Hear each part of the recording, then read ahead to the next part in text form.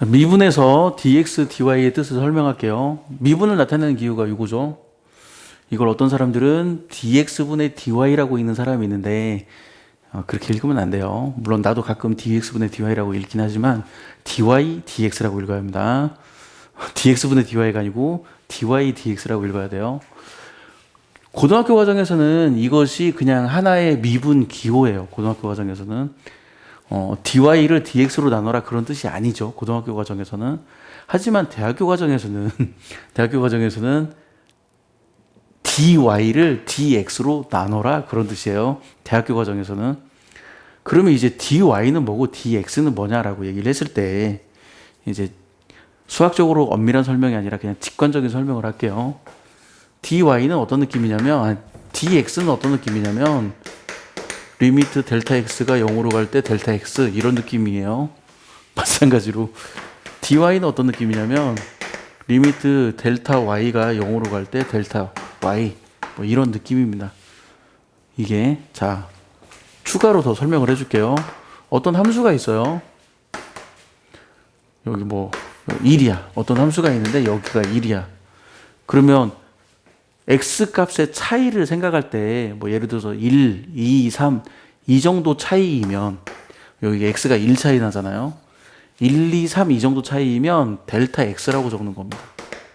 아 델타 x 그 정도일 때는 델타 y라고 적어요. 델타 y 이렇게. 그리고 이제 이 x 값의 차이가 0.00000000001 뭐 100분의 1, 억분의 1, 조분의 1, 경분의 1 이 정도 x 값의 차이가 0.0000001분의 1 아니 0.0000001 뭐 여담으로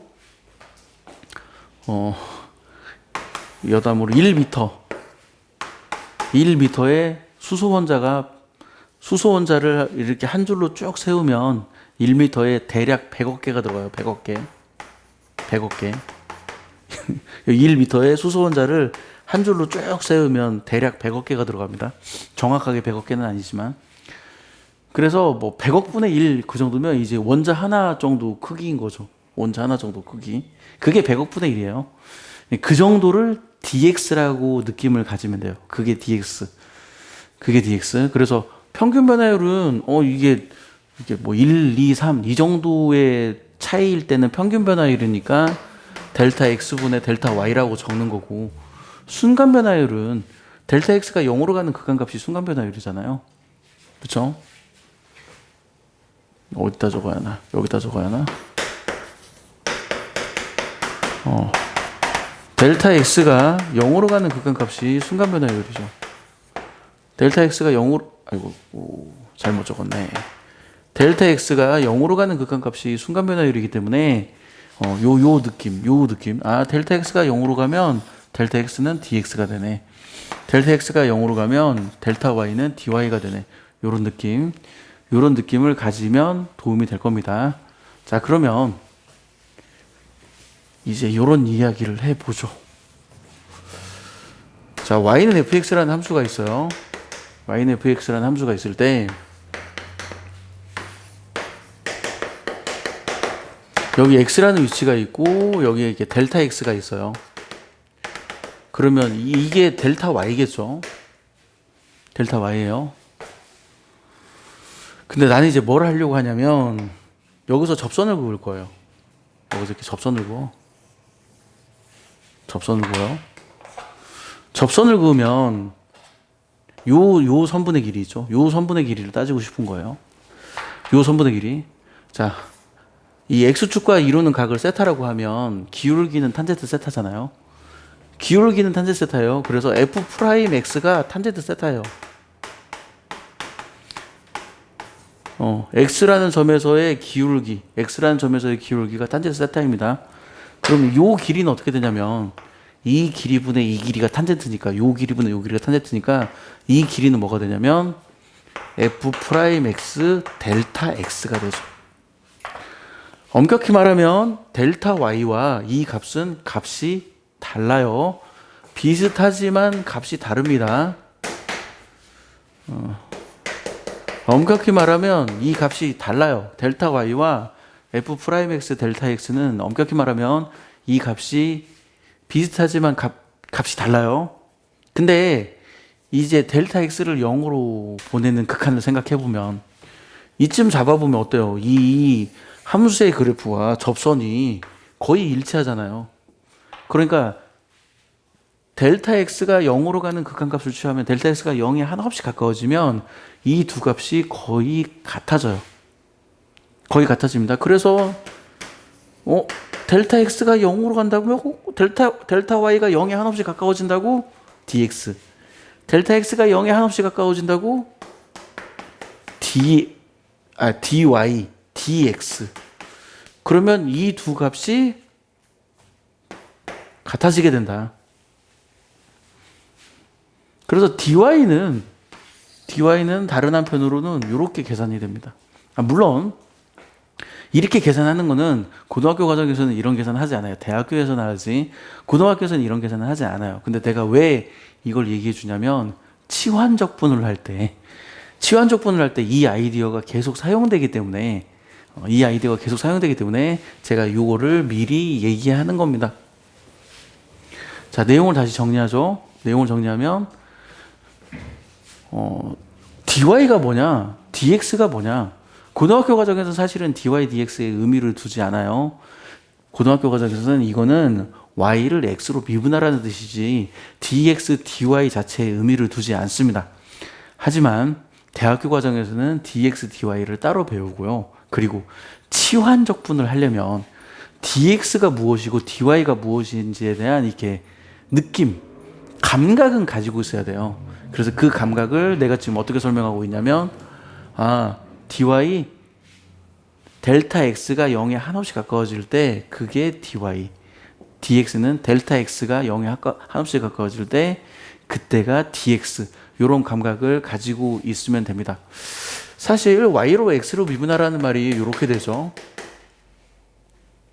그리고 원래 계속 강조하지만 이걸 y로 dy를 dx로 나누라는 뜻이 아니에요. 하지만 형식적으로 양변에 dx를 곱한다고 생각하고 보면 이 식이 나오죠. 형식적으로 양변에 dx를 곱한다고 하면. 자, 이제 구체적인 사례를 한번 설명해 볼게요. y가 x 세제곱이야. y가 x 세제곱이면 y를 x로 미분하면 3x 제곱이 나오죠. 고등학교 과정에서는 여기서 끝납니다. 고등학교 과정에서는 여기서 끝나는데 나중에 대학교 과정에서 혹은 치환적분을 하려면 이 식을 이렇게 바꿀 수 있는 요 감각이 필요해요. 사실 이건 고등학교 과정은 아닌데 치환적분 할 때는 암묵적으로 이 식변형을 용인해 줍니다. 암묵적으로 이 식변형을 용인해 줘요. 자, 또 예를 들어서 y는 sin x를 생각해 보면 미리 얘기했지만 sin x를 미분하면 코사인 나와요. sin x를 미분하면 코사인, 뭐 안 배운 사람도 있겠지만 그래서 sin x를 미분하면 코사인이 나오죠. 이렇게 코사인이 나와요. 그러면 dy는 코사인 x dx구나. 요런 감각. 이게 치환적분에서 계속 사용되는 감각이기 때문에 이 감각을 기억해둬야 돼요. 뭐 몇 가지 예를 더 들어볼게요. y는 2x 세제곱 더하기 5x 더하기 1이다. 그러면 y를 x로 미분하면 6x제곱 더하기 5가 나오는데 그러면 dy는 6x제곱 더하기 5 dx 이런 식으로 됩니다. 이런 식으로 돼요. 델타 y랑 f 프라임 x 델타 x가 값이 똑같지 않아요. 값이 차이가 있어요. 하지만 x가 0에 한없이 가까워지면 델타 x가 뭐 100분의 1, 만분의 1, 억분의 1 이 정도. 제가 아까 100억분의 1이면 원자 한 개 사이즈라고 그랬죠. 그러니까 100억분의 1, 뭐 조분의 1 이 정도가 되면 원자 한 개 정도 다루는 엄청 작은 사이즈이기 때문에 그 정도는 감각적으로, 느낌적으로 그거는 dx, dy구나 그렇게 받아들이면 됩니다. 자, 그래서 일단 이렇게 dx, dy가 무엇을 뜻하는지 직관적으로, 감각적으로 설명을 했고, 자, 그리고 이 지식 앞에서 이 전 동영상에서 설명한 합성함수 미분법, 그리고 이 동영상에서 설명하는 dx, dy에 관련된 지식, 이 두 가지 지식을 이용해서 제가 현행 과정에서는 미적분, 그 이제 새로 바뀐 과정에서는 미적분 2에서 나오는 치환적분법을 설명하도록 하겠습니다. 이 두 가지 내용, 합성함수 미분법과 dx, dy의 뜻, 이 두 가지 내용으로부터 치환적분을 설명하도록 하겠습니다. 지금까지 발길이었어요. 마칠게요.